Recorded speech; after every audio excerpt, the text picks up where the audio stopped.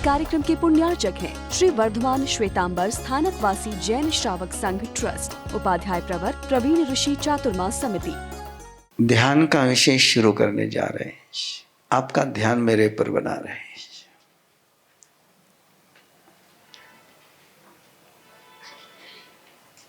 कुछ उदाहरण आपके दिमाग में जागृत कर लीजिए। इंद्रभूति गौतम को केवल ज्ञान कब हुआ है? मैं ध्यान में लाइए अपने मन में। हंसते हंसते हुआ, रोते रोते हुआ।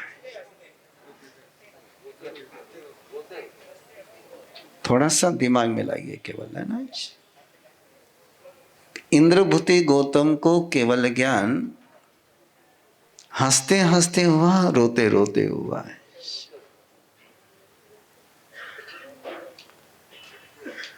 इलायची कुमार को केवल ज्ञान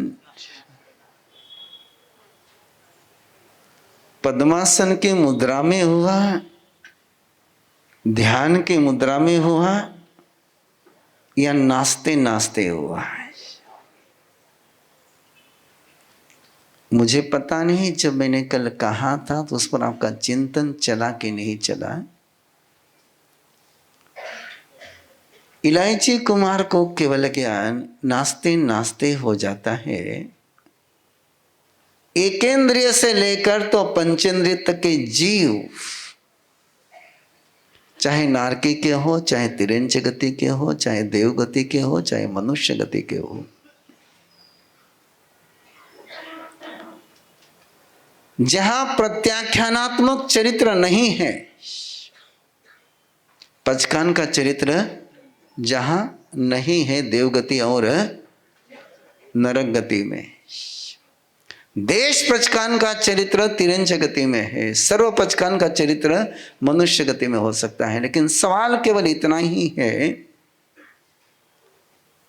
देव गति का जीव पृथ्वी काय में किसके बल पर जाता है? कौन सी क्रिया है उसके पास? कौन सा आरंभ समारंभ वो करता है? कौन सा महाआरंभ और महापरिग्रह हो करता है? कौन सा युद्ध हो करता है? और एकेंद्र का जीव कौन सी क्रिया कर करके ऊपर जाता है? एकेंद्र का जीव बेंद्रिय में किसके बल पर आता है? कौन सी क्रिया है? नरक में रहता हुआ जीव मनुष्य गति में किसके बल पर आता है?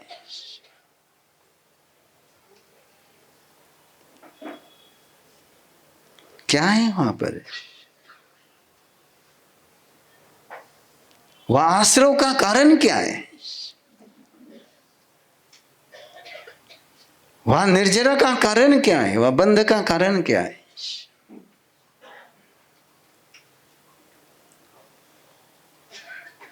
और किस आधार पर देश सुना 10 पूरब का ज्ञानी भी नरक में जा सकता है? किसके आधार पर?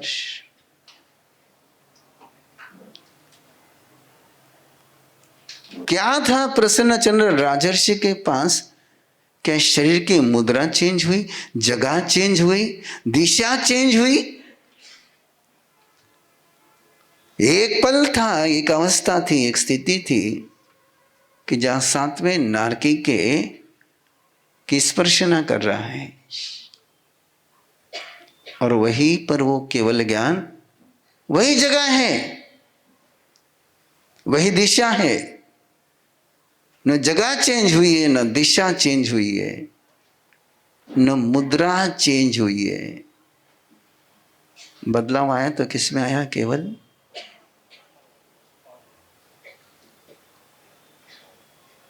केवल ध्यान बदला, केवल ध्येय बदला,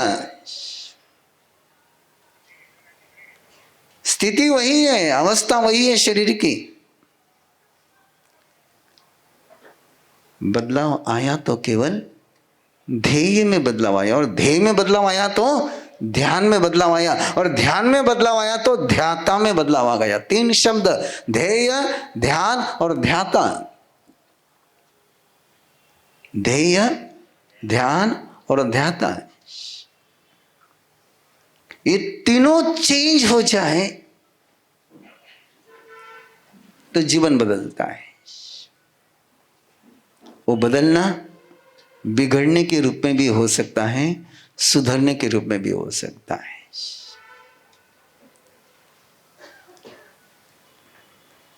क्या आधार है और कैसे होता है? ऐसा क्या है कि नारकी के जीव भी एक भव अवतारी हो जाते हैं? देवलोक के कई जीव एक भव अवतारी नहीं हो पाते, और नारकी के जीव एक भव अवतारी हो जाते हैं। ऐसा क्या है उनके पास? जहां परम दुख ही दुख है, उस दुख के बावजूद नरक में रहते हुए एक भवावतारी किसके बल पर होते? कौन सी धर्म क्रियाएं वहां पर?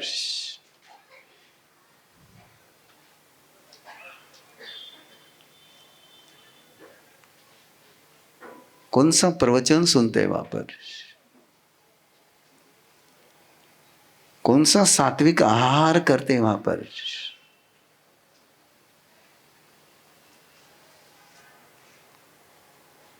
क्या है बेसिक? 24 झाने पन्नते, अट्ट झाने, रुद्र झाने, धम्म झाने और सुख झाने। आर्त और रौद्र ध्यान जीवन में सारी समस्याओं को जन्म देता है।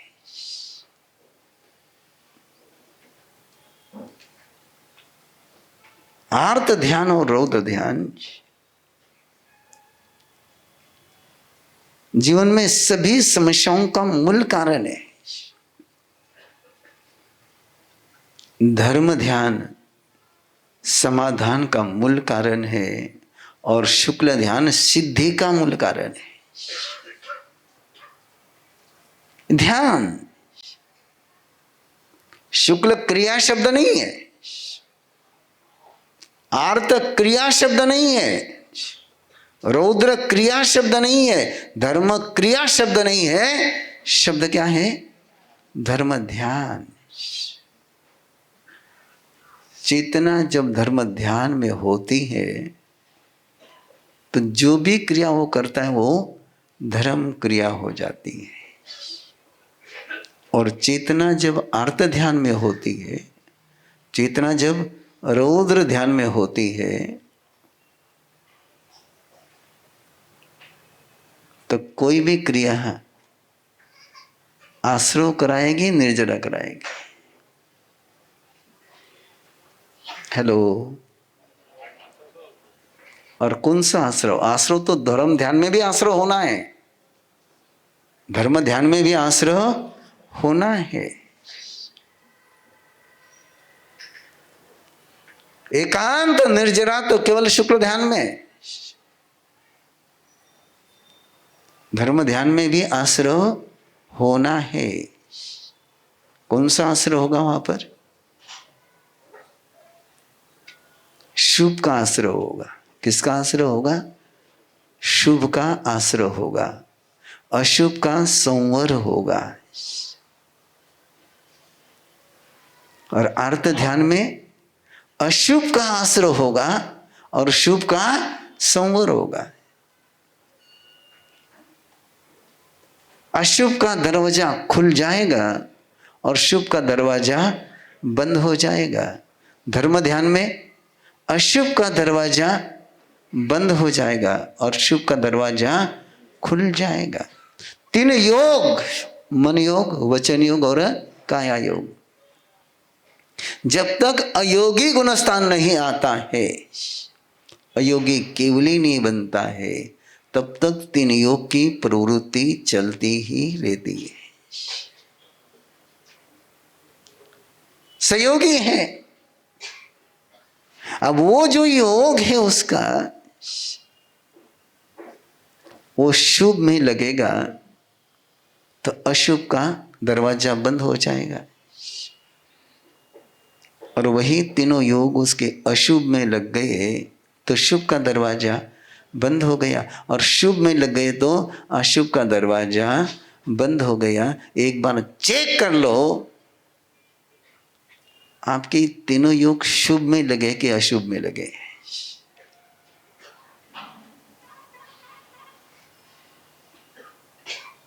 कहां कनेक्शन है इनका?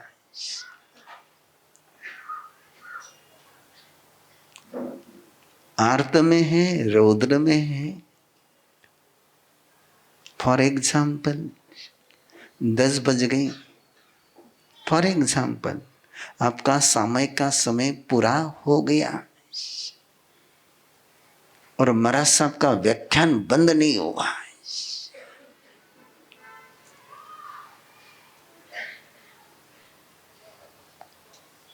हेलो, बैठे तो यहीं पर हो, ध्यान कौन सा शुरू हो गया? कभी महाराज साहब बखान बंद करे।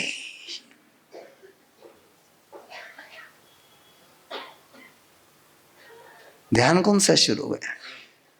सामयिक पारी की नहीं पारी मुझे पता नहीं।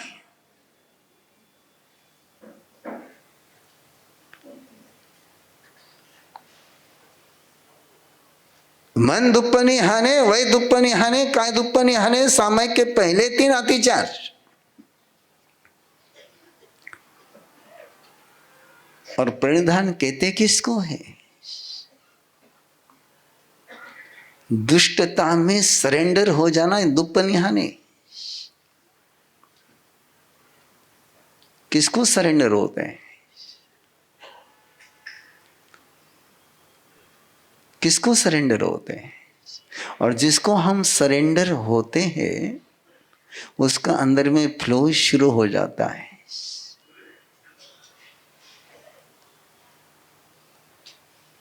फिर एक बार समरी करा रहा हूं। एकेंद्रिय बेंद्रिय जीव, और यदि और आगे बढ़ना हो, ऐसा क्या होता है कि एक निगोद का जीव व्यवहार राशि से व्यवहार राशि में आता है? What happened there? Knowingly और unknowingly कुछ तो होता होगा ना। नोइंगली होने का, पर्पसली होने का तो वहां कोई, बिना पर्पस से क्या हो गया? किस आधार पर चेंज आ गया?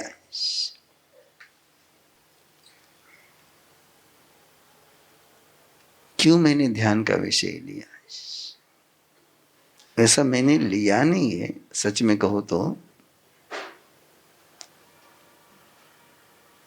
मुझे सुझाव देने वाले लोग बहुत होते हैं,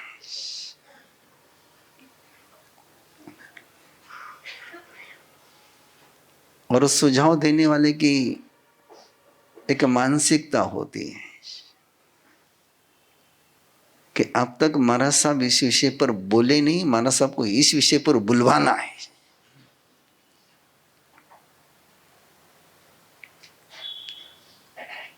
तो सजेशन आया बाहर से कि बोले इस सब्जेक्ट के लिए आपको जलगांव में धर्म सभा अच्छी मिलेगी, आप इस सब्जेक्ट पर बोलना। अब मुझे पता नहीं जलगांव वालों को कैसा लगेगा सब्जेक्ट, लेकिन सुझाव बाहर से आया और झेलना आपको है। क्या है? झेलना आपको है। अब झेल सकते हो, और झेलने में दोनों ही बातें हो सकती है। झेलने में धर्म ध्यान भी हो सकता है, और झेलने में बोलो ना आर्त ध्यान भी हो सकता है, रौद्र ध्यान भी हो सकता है।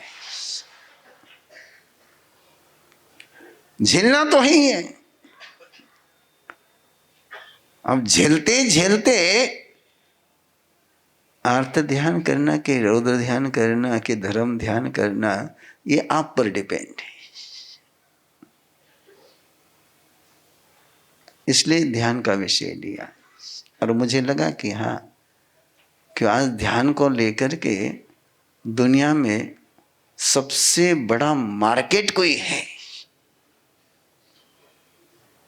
विदाउट इन्वेस्टमेंट फुल प्रॉफिट, कौन सा है? हाँ, बस ध्यान के नाम से गाइडेड मेडिटेशन है ना, हिप्नोटिज्म, साइकोसोमेटिक डिसीज के लिए आज तो बिल्कुल सबसे बड़ी थेरेपी कोई है तो ध्यान थेरेपी है।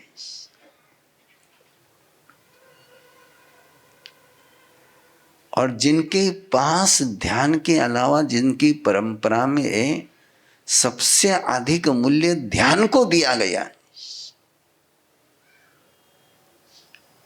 वही परंपरा ध्यान शून्य होती जा रही।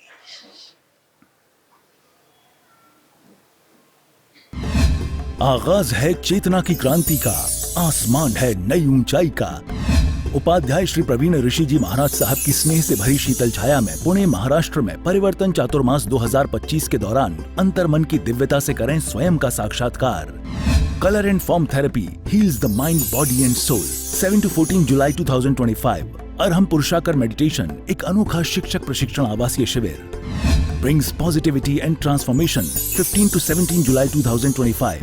अरहम अष्टमंगल मेडिटेशन, 72 घंटे का प्रभावशाली आवासीय शिविर जो रोम रोम में भर देगा सकारात्मकता। गर्भ में ही श्रेष्ठ संस्कार देकर बच्चे के उज्जवल भविष्य की रखिए नींव। 26 जुलाई to 2 अगस्त 2025। अरहम गर्भ साधना, पहले कभी न सुना न देखा, अपने आप में अनूठा शिक्षक प्रशिक्षण आवासीय शिविर। तो फिर तैयार हैं आप स्वयं की ओर एक नई उड़ान के लिए।